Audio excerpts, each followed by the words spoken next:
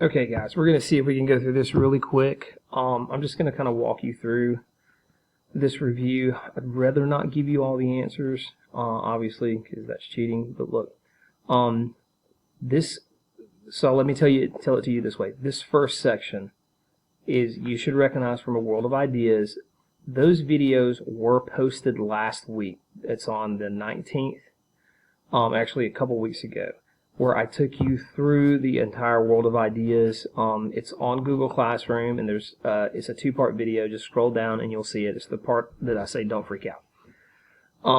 So if you need to go through those again.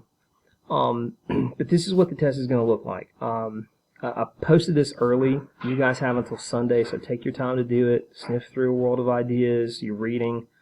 But here we go.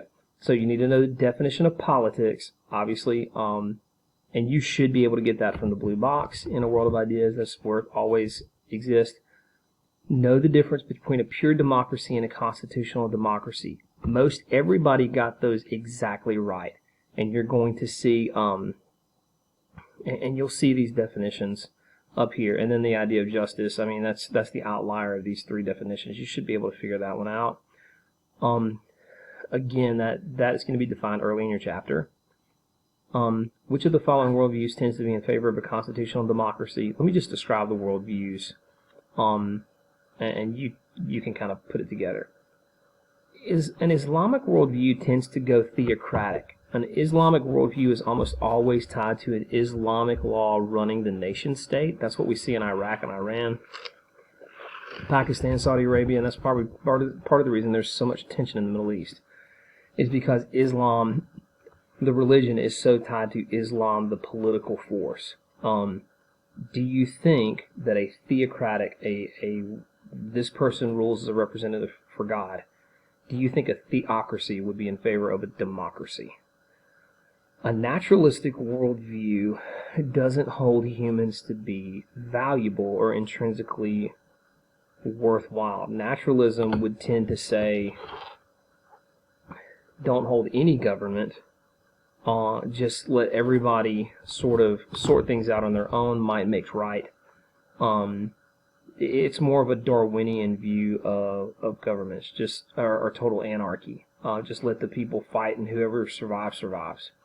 Transcendentalism doesn't believe in right and wrong. They don't believe in the permanence of anything, nor do they believe really in the existence of government or rules or order or fairness.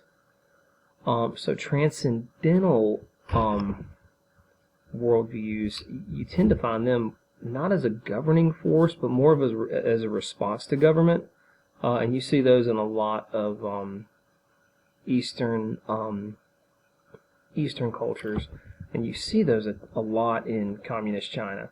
A biblical Christian worldview, think about representative government. Think about what Moses did when he appointed judges. Think about the way that even when we talk about the Christian view that you can participate in politics, and think of how that plays in. The Christian is called to do which of the following in relation to the state? This is a scroll down. Sorry. This is answered specifically in your book. This was on A World of Ideas. Go back and look in Unit 8. It should be about a third of the way through. Talking about the relationship with Christians to the state, talking about civil action, all that kind of stuff. True or false? This is in A World of Ideas. The United States was not founded as a pure democracy. True or false? Are we, the majority gets its way all the time, or do we have representatives? Do we have an electoral college? Do we have state representatives and district representatives that go and speak on behalf of the needs of the state to the larger government? Or do we just throw things to a vote and the majority wins? God has commanded Christians to obey the state, even if that obedience is a direct contradiction to God. This has to do with the principle of the greater command.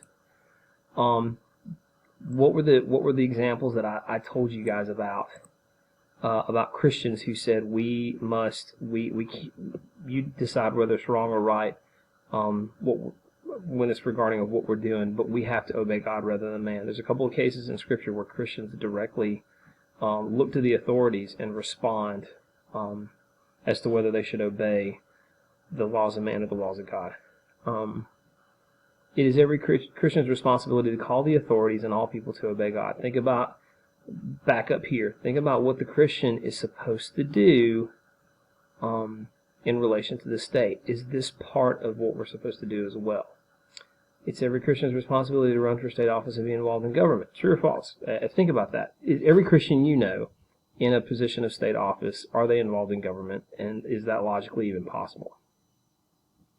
God has created the church and state as two separate institutions that exist today. Instead, God has not created the church and state as two separate institutions as exist today. Instead, God intended them to be one, as was the case with ancient Israel. Now, think about that. Is America a theocracy? Do we run our government based on the commands of God?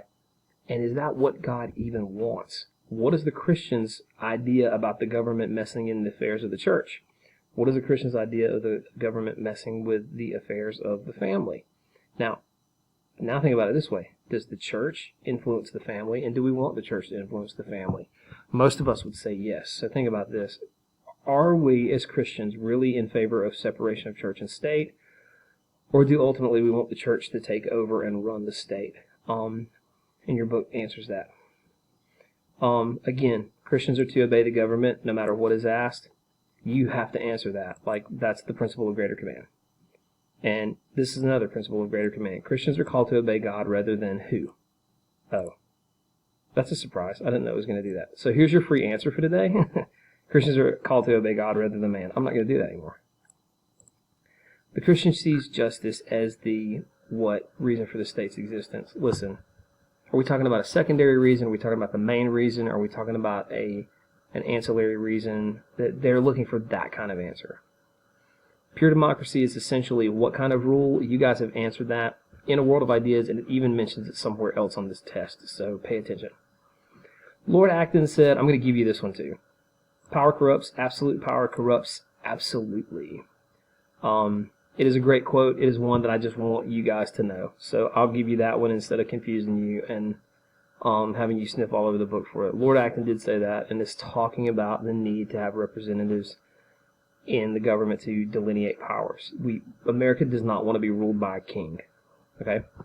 Christians are to use the proper means of what? In the face of injustice. So when we see something that we think is morally wrong or biblically wrong, we want to find a way to obey God. But if we can, we also want to find a way to be obedient to the law or to be good citizens. It's kind of like the article I gave you guys last week, the enrichment article that some of you guys read. So when something is wrong, what are we supposed to do? Are there ways that we can ask for help from the government? And what do we refer to those as? They're the proper means of something, and the book does answer that. It has to do with how the Christian interacts with government. Okay, we've really covered this. If you can tell me why a pure democracy is not that great, you'll answer this question. Okay, what does a constitutional democracy do that we think is good? Okay. What are the key ideas inherent in a Christian view of government? Hey, guess what? Key ideas, that's in the blue box. Go read it. Romans 13:1, don't worry about it. You're just going to get free points for that one. All right. That should help you out. Good luck. And take your time on this test. You're not in a hurry. Bye.